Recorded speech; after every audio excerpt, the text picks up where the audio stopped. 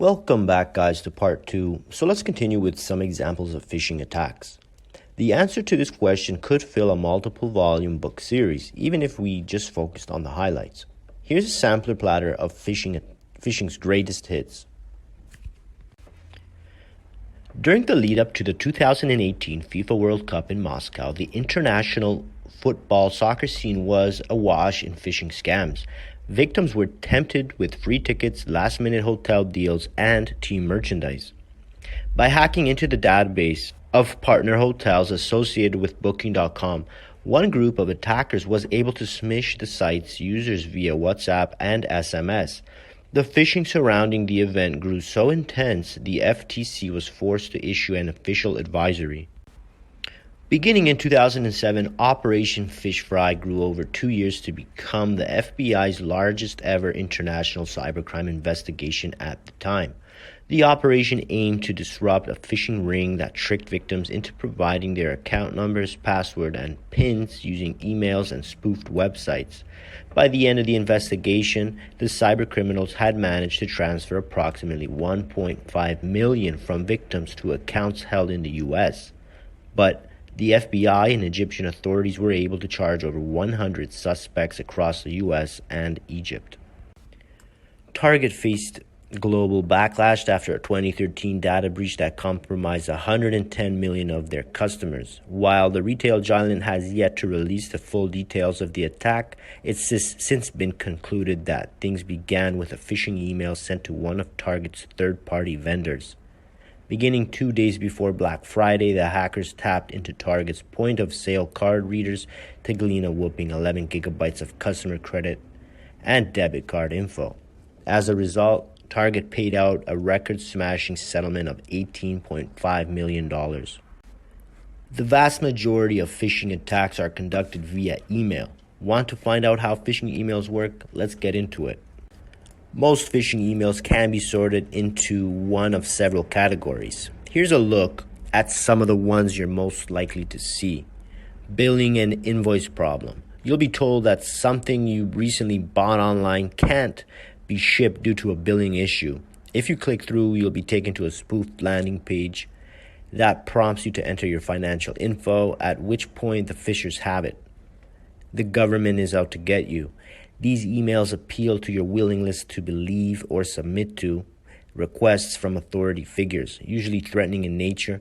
This phishing email will typically promise some sort of scary penalty unless you provide the requested personal data. The government wants to give you money. Consider this the inverse of the above example. Seen around tax time, these emails offer you a tax refund if you'll just quickly confirm your financial details. A plea for help. Phishers will impersonate a friend or relative explaining that they are in some sort of dire circumstances and begging for your financial assistance. These scams are often and sadly perpetrated against the elderly via phishing calls. The bank alert. Many banks will alert customers if they detect any suspicious activity or if the account is about to be overdrawn. Phishers take advantage of these helpful services to try and convince marks to confirm their bank account information. You're the big winner. As luck would have it, you are the very special winner of an incredible prize. All you need to do is enter your details. See the World Cup scam before for further reference. Urgent business. Phishers love to use urgency to rush you through bad decisions. Whether they're offering a temporary deal that's too good to be true or threatening to close your account unless you act now, their aim is to scare you into disclosing your personal information as soon as possible. Though they come in many shapes and sizes, it is possible to learn how to recognize a phishing email. Next, we will provide an overview of the most commonly shared traits. Dependable cybersecurity solutions will carry most of the load when it comes to protecting against phishing, such as AV's antivirus software. But by looking out for the following warning signs, you can serve as your own first line of phishing defense. The email isn't addressed to you. Many types of phishing, including the standard deceptive phishing mode, cast a wide net. As such, The email won't be personalized with the recipient's name, but instead will greet you with something vague, such as "Dear Customer," or maybe even your email username. Official correspondences from legitimate companies will address you by a name. An offer you can't refuse. You can and you should refuse. If an offer or deal comes your way that seems too good to be true, that's probably because it is. Don't let these swindlers get under your skin with tempting offers. Whatever it is that they're promising, you will get by absolutely fine without it, because either way, you'd have to. Phishing offers aren't real, ever. Immediate action required. As mentioned above, phishers are big on urgency.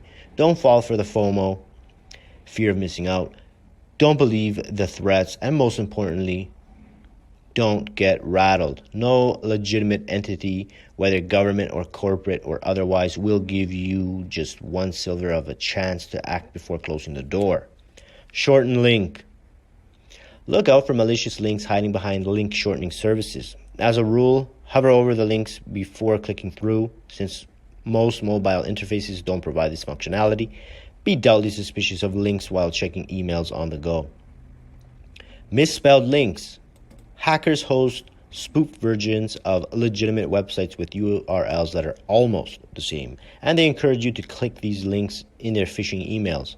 Watch for typo squatting, when hackers deceive you by using a slightly incorrect version of the legitimate URL, or deliberate misspellings that make sure use of similar looking letters and characters. Read links carefully before clicking. Written poorly.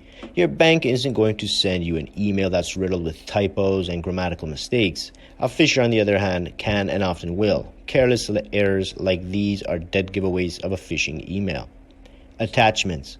There's nothing wrong with attachments in general if you're expecting them and if they're coming from someone you trust.